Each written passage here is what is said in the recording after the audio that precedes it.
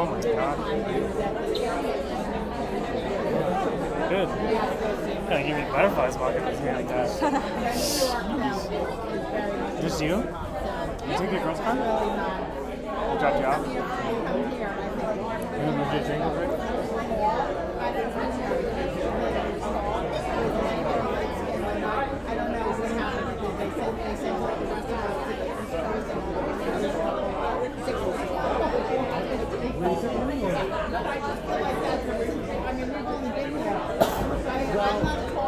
All right. It is that time. Let's come get it started. Please, everybody, make your way to a seat. We're going to rock and roll for the next few seconds.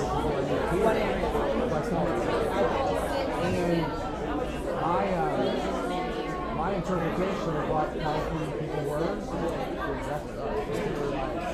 I remember my first day, it was like 16 degrees. I was staying on the coast of Minnesota, which is the south. And all these girls were walking around in parkas. I'm in shorts and t-shirt. They're in parkas, they're in, and I'm like, oh God, but all my Good evening. Come on over this way. Come find a seat, please. It's like we all found each other in that huge Come on. bunch of people.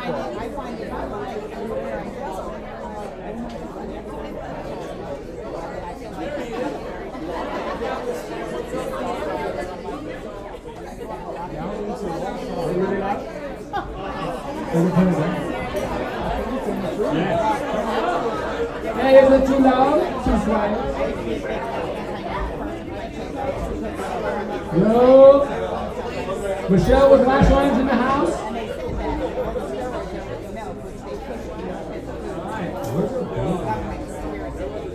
Come on.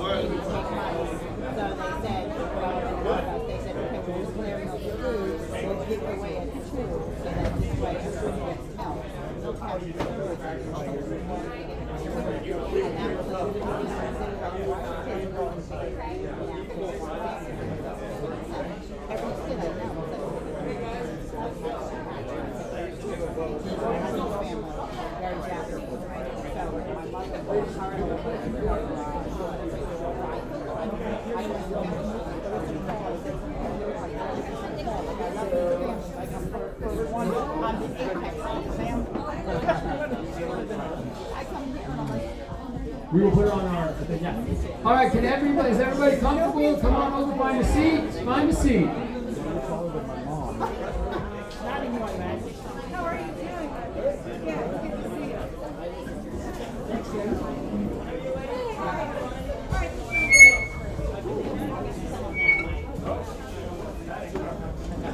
Can I get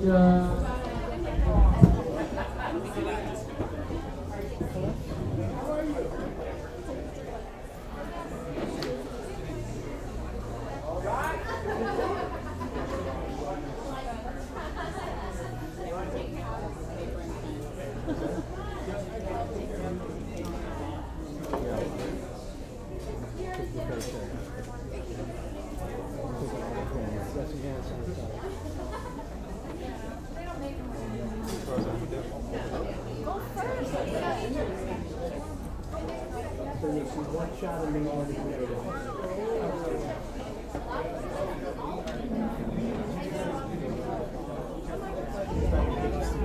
Now getting interviews here at Performance Partners. We're a company that has executives with over 200 years of combined experience, working for publicly traded companies such as Verizon, AT&T, and Linder Resorts, helping them drive millions in annual sales and creating efficiencies, which, creates greater profits. We've also worked for privately owned companies, helping startup divisions within these companies achieve over $100 million in annual revenues. We've also, each of us, have owned our own companies. Not only do we know what it's like to sign the back of a check, we also know what it's like to sign the front of a check. And that is why we teamed up with the Alternative Board Worldwide, or as we like to call it, TAB. TAB is an organization that is in over 23 countries. It's been around for 30 years. helping business owners and business leaders achieve their ultimate dream. What we do is we put together peer advisory boards made up of business executives from non-competing industries. When we meet once a month and we talk about challenges and opportunities. And then we help each other by going from our background and giving collective wisdom. Can you imagine having 250 to 300 years of experience helping you as you're making decisions? Some of the topics that often come up in some of the boards are this: employee development, new markets, growth strategies, cash flow issues, and legal matters. Guess what? All organizations have these. In addition to the board meetings where we meet once a month, we also do coaching. This is where we come one-on-one with you and your organization. We talk about a great plan for yourself. What is your mission? What's your vision? What's the culture? And what's your brand promise? In addition to the alternative board, we also have a consulting division. This is where we come in and do a deeper dive with you and your organization.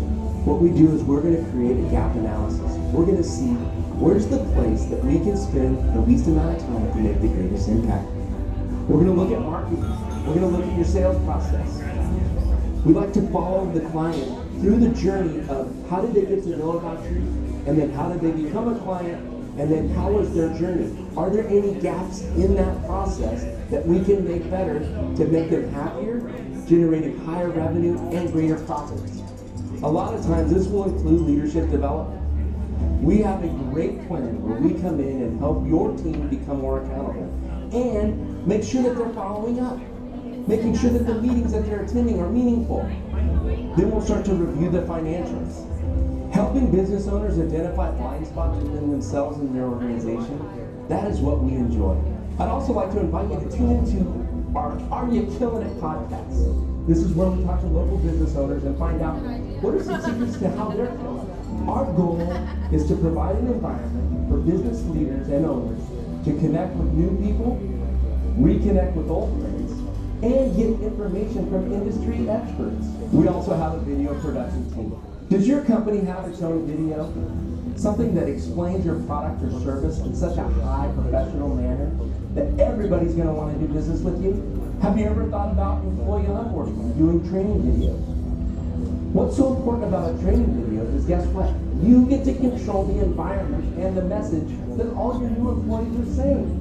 We love being a part of this business community. Industry leading. Have you ever thought about that term? One of the things we do is we help companies identify what are industry leading companies and how do they become that. What I want to encourage you to do is this: don't go alone. Use our 200 years of collective experience to help you and your organization. There's an African proverb that we often refer to. If you want to go fast, go alone. If you want to go far, go together. Please, this business community is made up of companies that are killing it because they're going together. I want you to be one of those. Come join us. All right, I want to thank everybody for coming out tonight. We've got a couple of sponsors, companies that have sponsored us, and we're going to show a couple quick videos of those, but I just wanted to acknowledge them. We've got Kurt over there from Gratis Gibbs. Woo! And we've got Wilson Ramos from Chicano por la Casa. All right, Rick, hit it.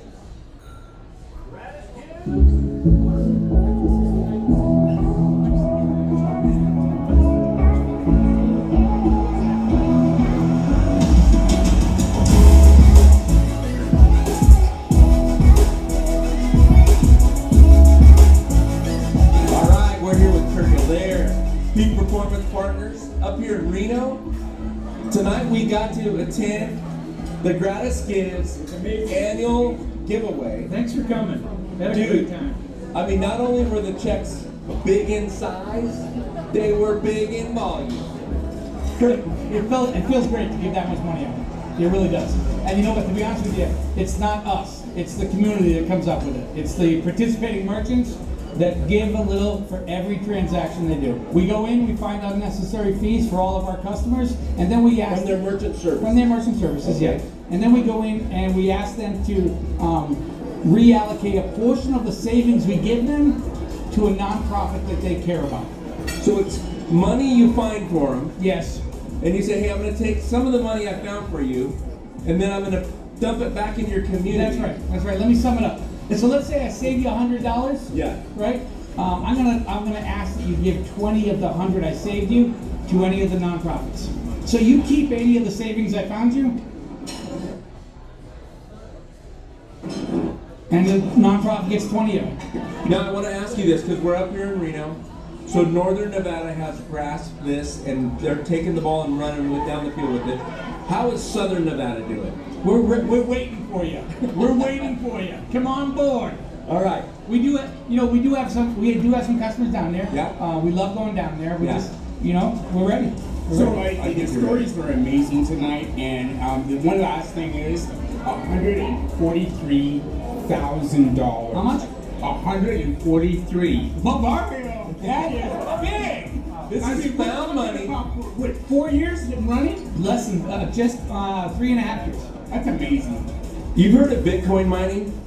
This guy is not only going out there and mining, he's finding you money as the merchant, and then he's helping you give back to your community.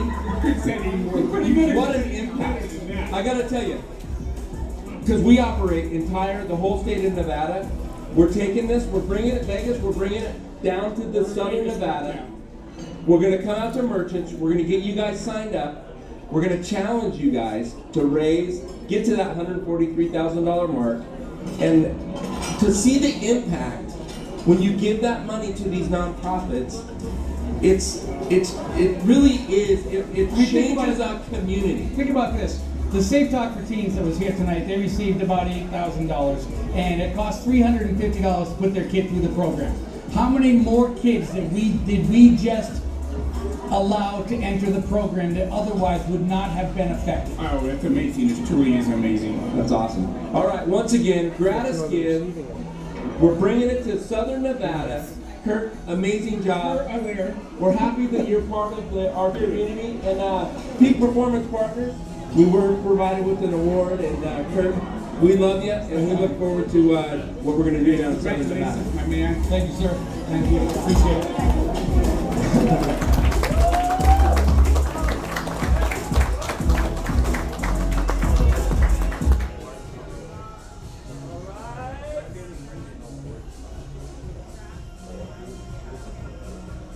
My name is Wilson Ramos. I serve as the Regional Director for Supportive Programs. I've been with CPLC for the last 3 years.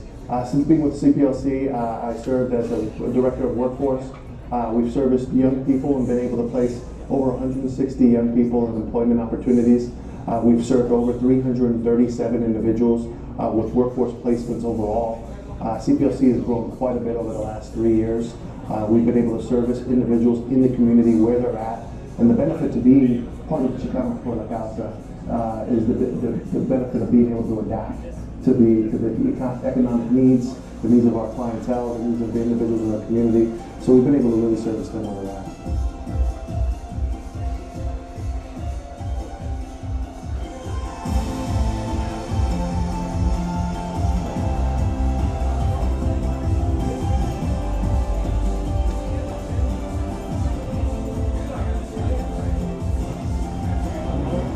Peak Performance Partners, and we're here with Youth Build from CPLC.org. And I gotta tell you, I'm here with Kyle Knox. We call him Knox. Yep. And we came out here to the Climb Las Vegas, and we brought young adults from Youth Build. And Kyle, tell us a little bit about the Youth Build program. Well, the Youth Build program likes to help kids that are at risk between the ages of 18 and 24. We like to teach them soft skills, mentoring skills, and just ways for them to better develop themselves into the young adults that they are. So bringing them out to activities like this, teaching them how to work with teamwork, how to have confidence, and to take on the things that you have at certain challenges, because we all know life can be difficult at certain times. Yeah. It's great to bring everybody together, and we want to give a big thanks to Peak Performance for actually setting this up for us and making this possible. So thank you, Patrick. Hello, folks. My name is Kevin Hernandez, and that was incredible footage from our sponsors here tonight, Gratis Gives and Hope Link of Southern Nevada. Truly, truly, business organizations that are changing people's lives every day. Which brings us to our theme, so you think you want to start a nonprofit. Unfortunately, I can't be here with you tonight. I'll be watching from afar. So without further ado, I'm going to pass the stick to my business partner, Patrick Stewart.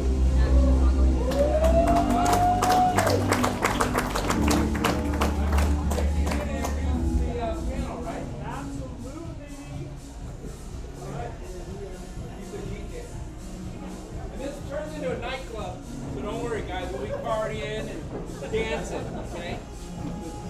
Call the babysitters, you're gonna be home late tonight. Yeah. Right? All right, well, with that said, tonight we have some incredible speakers. I hope y'all had some fun so far. We're gonna keep this thing rolling. We're gonna bring some information to you. And my question for y'all is this.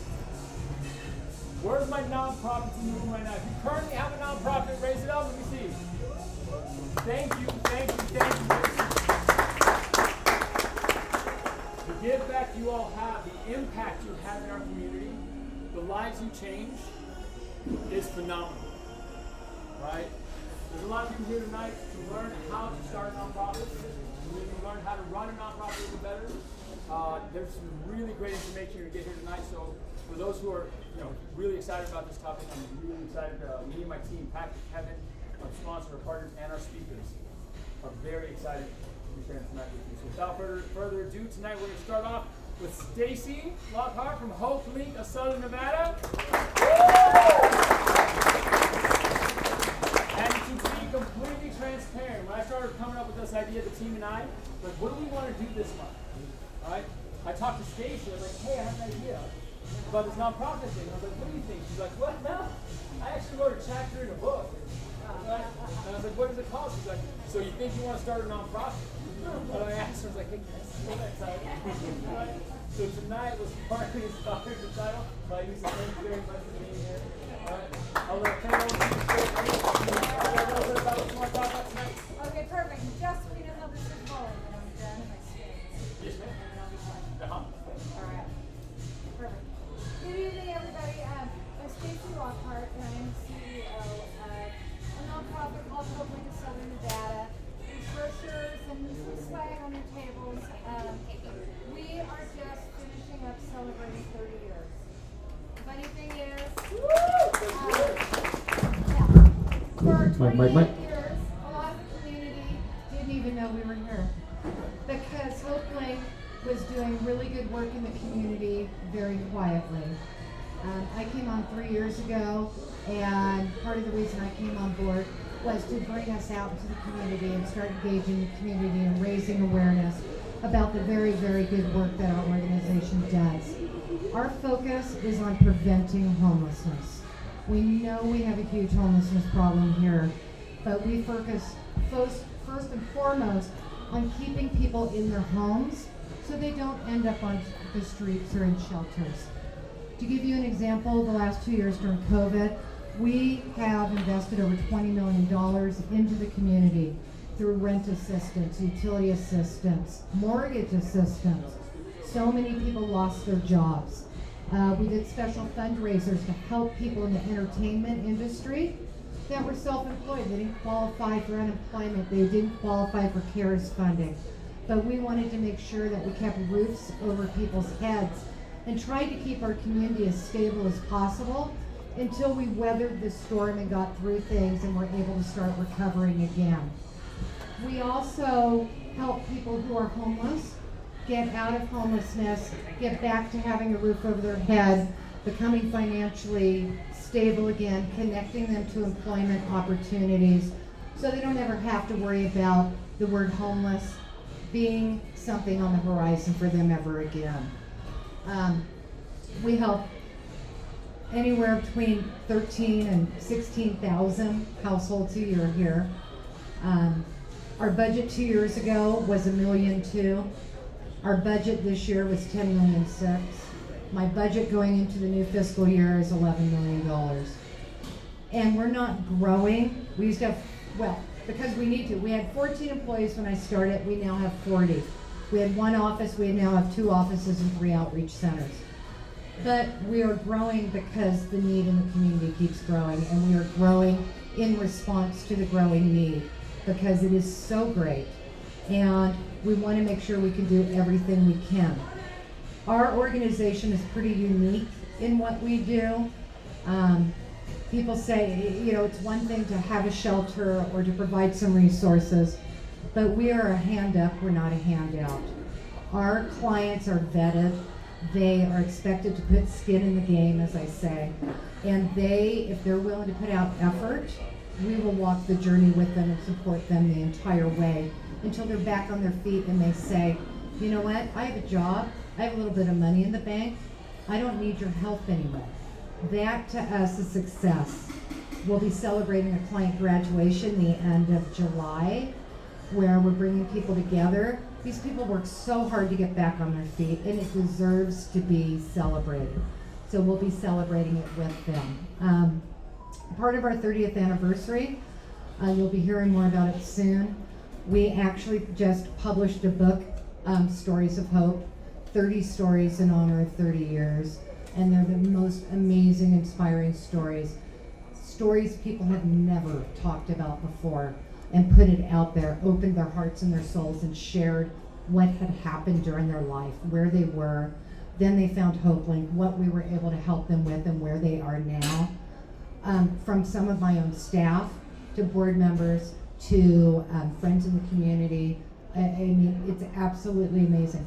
I always say, in the blink of an eye, something can happen to you that can completely derail you and change your life. And it's not always your fault. And when that happens, whether it's your fault or whether it's not, we all make choices sometimes that aren't the best choices, and we pay for those choices. But, we're there. We want to catch people. We want to help them get over that hurdle. We want to help them get back on their feet. Everybody deserves that opportunity. Everybody deserves to have a safe place to live, a roof over their head, their children in good neighborhoods where they're not worrying about people shooting at each other across the parking lot. We want our community to really be safe, people to be secure, and Southern Nevada to be stable. There are too many homeless people. And you know what? We live in the United States, and there's no excuse for anyone to be sleeping on the street or in a shelter. So that's a little bit of us. There's a few of our first annual reports sitting around on tables as well. But take a brochure home. And, if we're the type of organization you think you might want to get involved in, get a hold of me and give me a call. We are, I always say, I'm building an army. It takes a village. We need lots of friends in order to keep increasing the impact we have on this community. My final comments, because this is sort of about, do you want to start a nonprofit? People do contact me because I do consulting on the side. I've been in nonprofit for like 37 or 38 years. When people tell me they want to start a nonprofit, the first thing I usually tell them is don't do it. Yeah, because most nonprofits are going to fail within the first 5 years. And if you look around the community, there is probably a nonprofit in the community that is doing the work that you want to do, that has the mission that you want to have. And so I encourage people to collaborate. Look around the community. Is somebody already doing what it is you want to do? Then reach out to them and see how you can collaborate with them. See how you can help them and partner. And if you decide you really, really do want to start a nonprofit, then make sure you do it the right way. Go work for a nonprofit, volunteer for a nonprofit. Make sure that you have business courses. You are running a business. I tell people all the time, I'm running a nonprofit. Okay, no, I'm running a $10 million business that is in the business of helping our community. I don't have a bottle of wine to sell you. I don't have a toothbrush to sell you. I have the betterment of our community to sell you. And it takes the same business skills as running any other business. If you don't have good finance people, if your numbers aren't in order, if you don't have compliance, if you're not doing it right, you're not going to be around very long. And so many nonprofits fail because people have good hearts, they have good intentions, but they are not business people. So that's my piece of advice for you tonight. Don't start a nonprofit. Find somebody who's doing what you really want to do and connect with them. But if you do want to start a nonprofit, she is going to tell you what to do. I'm queuing you up.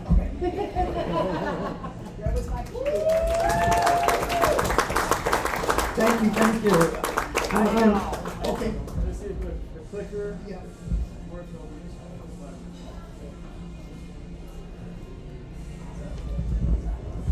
this. Being a former teacher, I have handouts. I will hand these out. Yeah, and flip them on the other side. That's where they can take notes. Actually, that's not working. I will click it for you. You can go from here to the next slide. Okay. Alexis is over there. She's right. Who here came and found somebody's going to tell you not to start a nonprofit? Yeah. There you go. Thank you. Yeah, that's the note side. Thank you. Yes. And if we run out, there were supposed to be some more. Okay. All right. Hi, I am Dr. Victoria Boyd, founder and president of the Philantrepreneur Foundation. I said it slow so that you can get the nuance of the name. Philanthropy and entrepreneurship. I work with the for-profit side and the non-profit side. So I'm on both sides of that double yellow line. And if you're thinking and have ever explored in how IRS looks at it, how the business structures, there's that double yellow line that they say you're never supposed to cross. I'm going to be talking about how you as a business owner can look at the nonprofit community and maybe support Hope Links of the world or the other nonprofits, but I'm going to have you look at it from a strategic business application. Who has the clicker for my slide? Okay, as you see, the name, Philanthropreneur, I'm Dr. Victoria Boyd. We can go to the next slide. I'm going to make you think strategically because you can take your business on a path that really not only impacts what you're doing, but impacts the community. And that's what you really want. You are a business owner. You want to look at the bottom line. So you want to look at purpose and profits. Click that button, please. Okay, so there's two strategies and there's pros and cons. And I want to preface all of this that I'm giving you the short form tonight. This is actually a much longer training. I'm a trainer, and that's what I do. I have the Philanthropreneur Training Center here in Las Vegas until COVID hit. But what that helped me see is that we all have to think strategically. All of my work went virtual. So you want to think about that same thing. I dug deep into the marketing. You heard Stacy mention about you have to become aware. You help build awareness of HopeLink.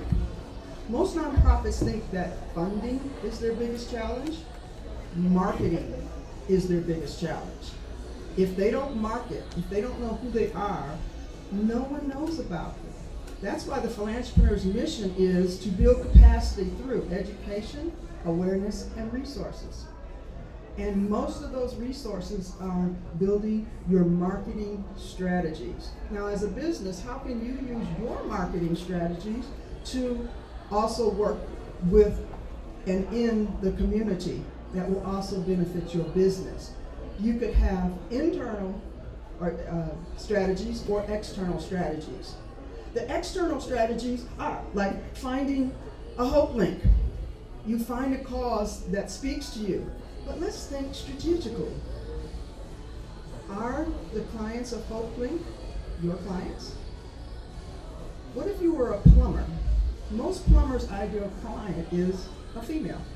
Sorry, man, I'm not trying to count you, but females will call the plumber more readily than a male will. I'm sorry. Males, you will say, I can do that, I can fix it, where's my wrench? No. Females say, no, I'm not doing that, call the plumber. So, one of my clients is a plumbing company, and they said, they're my client.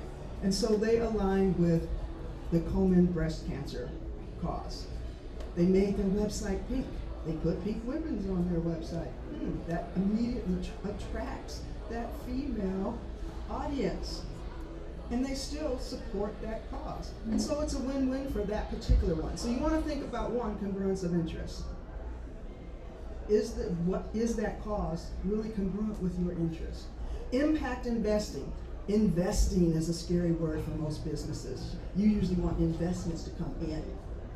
But if you're doing impact investing, that means you're looking at how can you serve that cause. It doesn't have to be financial. It could be services. It could be helping them with accounting or anything. She can tell you, you'll take any service you can get. You know, if you want to do it pro bono, absolutely. But impact investing, how can you make the biggest impact by looking at what assets you have to invest into that cause? And then finally, and that's the biggie, cause marketing. I don't want you to say, oh, I don't need any recognition for that. What did I just say? They need marketing. They need you to talk about what you are doing for them. You now know the name, HopeLink. I hope you go out and say, I saw a great presentation from HopeLink. You just market it for them. You don't have to talk about your own company, just say what you did for the community. And so that is called cause marketing. Yes, there is an entire strategy to put together cause marketing. Not getting into that tonight. There's another service out there. But think about it. That's external, where you're putting your interest into an external organization that already exists. Or we can look internal. You be the resource. Many corporations, almost every big corporation has a foundation, an arm, some way of serving community, because they have the bandwidth, they have the resources, they have the staff to manage it. But you can also do that because you're actually doing a lot of things. You can have what is called a social impact program. Most businesses give away educational content as just a way of attracting and finding their clients. E-guides, podcasts, infographics, white papers, blogs. You all are sharing industry information. And what if you took all of that information and put it in one location and called it an educational hub for that industry? Then you have created social impact because you are serving and the community and giving them a resource they need. And so it's a different way of thinking about your resources. You have just become a philanthropreneur because you're sharing your information, your industry's secrets, or just whatever you want to call it, and giving it away to the community so they can learn. Next slide. Okay, so what is strategic community engagement? It's just everything I thought about. Yes, I have worked with many nonprofits over the years that the owner, my passion is to support the arts. But does it have anything to do with your restaurant business? No, that's not real strategic. If you think about Starbucks, one of the biggest ones out there, they support water in the environment. Water. Do they use water in their coffee? Yeah. That was a strategic decision. If you look at any of the big corporation foundation pages on some of their giving, when they have grants, and each year they come up with a different philosophy of what we're supporting this year, it usually is in line with what their organization does, who they serve as their customers. So that's thinking strategic. So it's an evaluative process. You want to find that congruence of interest, which I've already talked about. You want to implement specific strategies that creates a win-win scenario for you, the company, and the nonprofit or the cause. This is forms of cause marketing. You see it every day. You probably have seen it so much that it's just white noise now. It just goes past you. Oh, they got pink buckets of chicken, woohoo! But you know what it means because the brand is there. It has been branded. Branding, marketing. Going back to that marketing thing again. Marketing is the core or the foundation of how you build it out. Next slide. So we're going to talk about, just real briefly, what is a corporate foundation? Most of you really don't want to get into it. And she said, you really don't want to get into the full-blown foundation platform, because then you do need someone to run it. Okay, are you going to be giving out grants? How are you going to handle the funds? That is truly running another business. In fact, when I meet with people and they say, oh, I want to form a nonprofit, I said, first of all, we're going to throw out the term nonprofit. IRS does not use the word nonprofit. You are a 501c3 tax code. You are a for-purpose business. So get that out of your mind. Let's change the mindset. We're going to start a for-purpose business. You just happen to have that 501c3 tax code. But foundations are built on totally different criteria. The company gives all of the money. They control it. And that's okay. If you want to do that, that's fine. Most big corporations do it that way because they have set up how that foundation will be fed money, how it goes in there. Foundations generally have one or a very small group of funders, generally just the corporation. But there's other ways to do it. And I'm going to leave. Stacy said, you don't really want to do a foundation. It's a lot of work, but there's ways of doing it. Next slide. So let's think of some internal strategies that still, you're not creating a foundation. Every big corporation has their arm, but what can you as a mid-sized business, even a small business, what can you do that would really also help community and help you? Next slide. You're going to think about, is it mutually benefits all parties involved? That would be you. Does it satisfy customer appetite for community engagement? Yes, it will. And can you create cause marketing that grows both the company and the nonprofit's bottom line? Profits. Yes. Next slide. Okay. One of the key reasons that you do want to do this and that you do want to talk about what you're doing is that 87% of consumers will go with a business that does community engagement. You have to demonstrate it. It can't be this little secret in the back room. You have to talk about it. You have to put it on your website. We donate to. 10% of our proceeds go to. We do this. And sometimes you don't even have to talk about what you do as a company because they're so excited about what you do in the community, they start asking for more information. I call it, within the Philanthropreneur Foundation, philanthropy, entrepreneurship, the social impact program. That has been what we have done.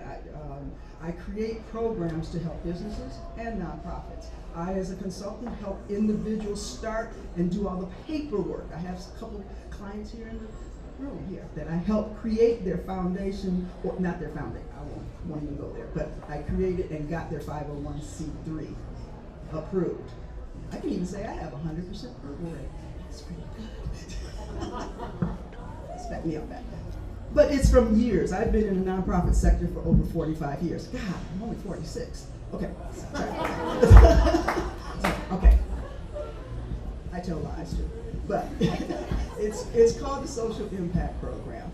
And there's ways that your resources, your educational content can be leveraged to help you serve community.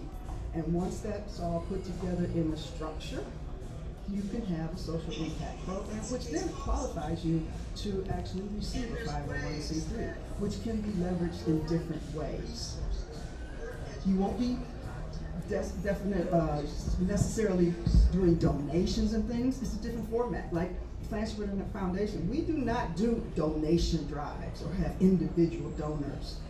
Because we provide so many services and information and resources, we have sponsors and partners, and that's how we leverage what we do. You could do the same thing. So, next slide. If you would like more information about the Social Impact Program, because most of you have never heard of how you can use your business as that link, that leveraging the good, and that's what I call it. On the back of the papers, the handouts that I pass out, it's all of my contact information. There's QR codes, there's websites. I would love to talk to any of you just to give you the information about it. What's my name? Okay. next one. Yes, we provide education, awareness, and resources. I'm speeding through this. That's social impact, and marketing is important. I'm saying that again. I put it at the end of it. I started at the beginning with it. Marketing is important. Talk about what you do in the community. Be the educational resource for the community. Be the leader. I think that was the last slide. Oh, do I? As a teacher, I got really happy, didn't I? Okay. Okay. As a nonprofit, most of you, if you have nonprofits, you probably have heard of the Google Ad Grant. If not, you need to talk to me. But Google as a corporation gives out $10,000 every month in free ads. And if you have not explored it and you have not activated your grant, you need to check into that. If you want to know how to do that, you need to check into me or ask me. And that's $120,000 per year. The reason I always put this on my presentations is because I'm surprised how many nonprofits don't utilize it. And it's free advertising. And since marketing is my emphasis, you need to take advantage. Next slide. Google rewards social impact. Social impact program. That's what I've been talking about. Next slide. I also have resources. If you would like to see the full e-guide on Google Ad Grants, it gives the entire overview. You can get that free e-guide. Next one with that QR code, but that QR code is also on the handout if you want to shoot your phone up on that slide. Yes, I am totally digital and I do everything virtual now because that is where marketing is. If you want to chat, that's how to get to my calendar with that. That's also on the handout. And I guess we'll go to our next speakers, which will talk about money, which is always a fun topic, isn't it? But they're going to talk about what you need as a nonprofit in terms of your 990s and things like that. All right, well, thank you. Wow, that was awesome. Anybody learned anything yet? Yeah. Huh. Who showed up tonight found 120 grand in advertising? Coming up next is some incredible ladies from HRC Accounting. They actually specialize in helping accounting, doing accounting for nonprofits. They have some great information, education they're going to share with us. All right, and we'll pass it over. We have Madeline and Melissa speaking with us tonight. My name is Madeline. Melissa and I are auditors. We work on financial statement audits for the nonprofits we're doing for it. So we're going to give you a few tips and tricks of things if you're starting a nonprofit that are key to pay attention to that will make your auditors love you. So to start, I think we have a handout with our logo on it and everything. Okay. So tips from an auditor. So the first tip we have for you is you must apply and be approved for a 501c3 tax exemption organization. It's important that you know that you have to file that with the Internal Revenue Service. It's the IRS Form 123, and that is relatively easy. It can be done on line 1023. And then every year you have to file the Form 990, which is an informational return that is done. You do that. It's informational, but it won't state a tax liability because your organization typically is going to be exempt from that once you get your 501c3 license, unless you have the unrelated business tax income, which is the UBIT. We call that the UBIT, it's an acronym. So typically, as long as you don't have UBIT, you won't have a state or federal tax liability. Another important thing to think of is to stay on top of the guidance. The guidance always changes, and not-for-profits have specific guidance that is different for for-profits, especially because for-profits don't typically have people just give them money. So normally for a for-profit, there's service exchange, but for nonprofits, how you account for people just giving you things, there's little nuances to it. The FASB guidance is topic 958. Sometimes guidance can be really confusing. But the AICPA has the Center for Plain English Accounting, And they'll put this stuff into layman terms to where everyone can understand it, because guidance will make you go in circles. You won't understand where you're at. Yes. Some of the important documents and things that we would like you to have would be your employee handbooks and policies and procedures. You should detail out all of your procedures, like how do you get the cash in the mail, and who opens the mail, and who does deposits, and how do you write your checks. These are all questions that your auditors need to know to do your financial statement audit, to catch fraud in case you have a random person in there who decides to try to steal. The employee handbooks are important too, because they'll have your PTO policies, all of your conflicts of interest policies, and things of that nature.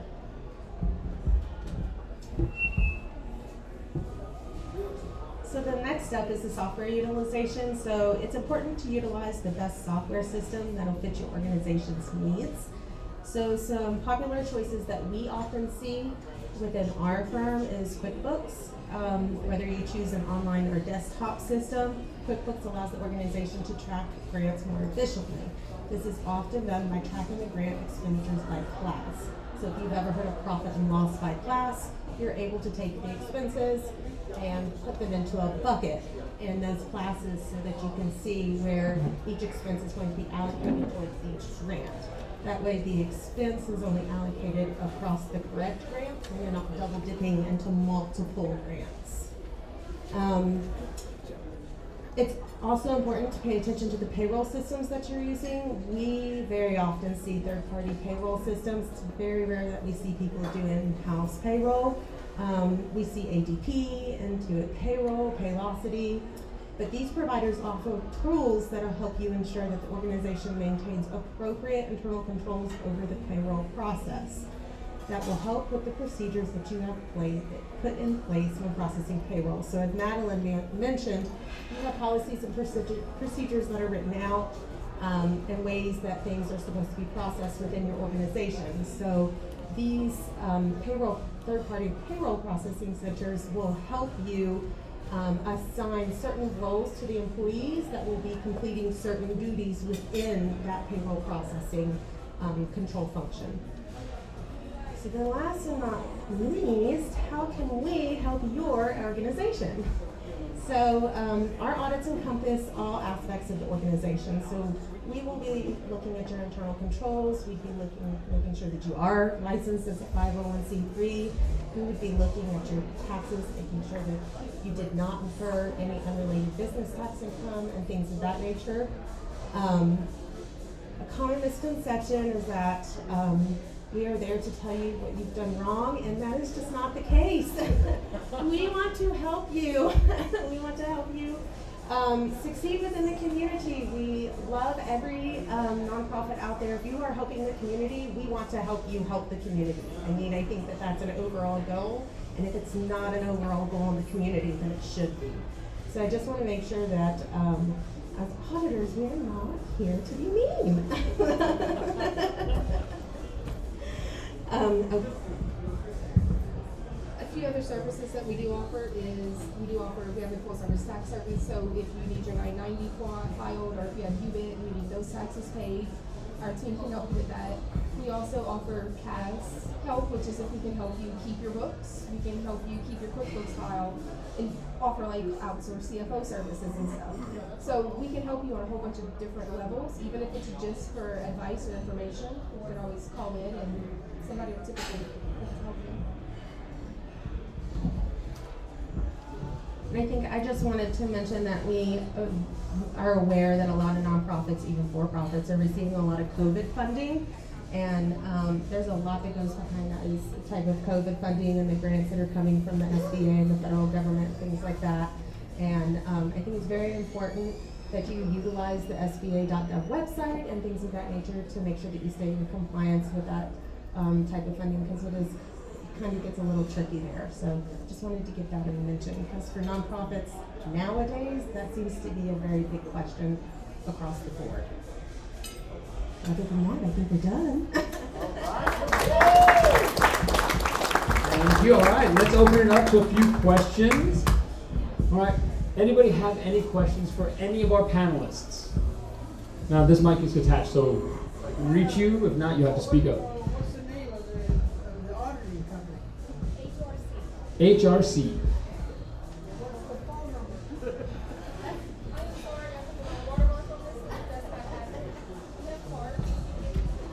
That's Melissa's.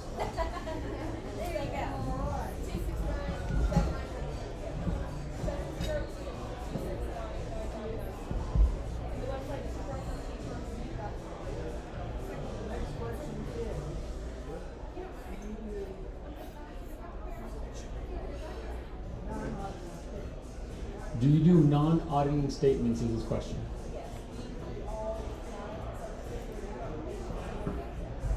We'll do all non-attest services, we'll do confirmations, we'll do reviews. We don't have to have, we do other things other than audits as well. Any other questions? Well, not all at one time, yes. Just a little clarification. They mentioned UBIT quite a few times. Unrelated business expenses or income that they're talking about. If you're a nonprofit, you can have revenue streams. If your revenue stream aligns with your mission and your purpose, it doesn't become a UBIT. As long as it is mission and purpose driven, it's okay. It's when you're helping the homeless, but then you decide to open a coffee shop or something like that. Yeah, that's when it's not related. A good example of that is if your nonprofit business is next to T-Mobile Arena, and T-Mobile Arena is holding an event, and you decide to sell parking spots for that event. Yeah, that doesn't fall in line with your mission, it doesn't fall in line with your exempt purpose, so that's going to be subject to the unrelated business tax income. Good information. Any other questions? Yes, Lester. You might speak up a little bit, please.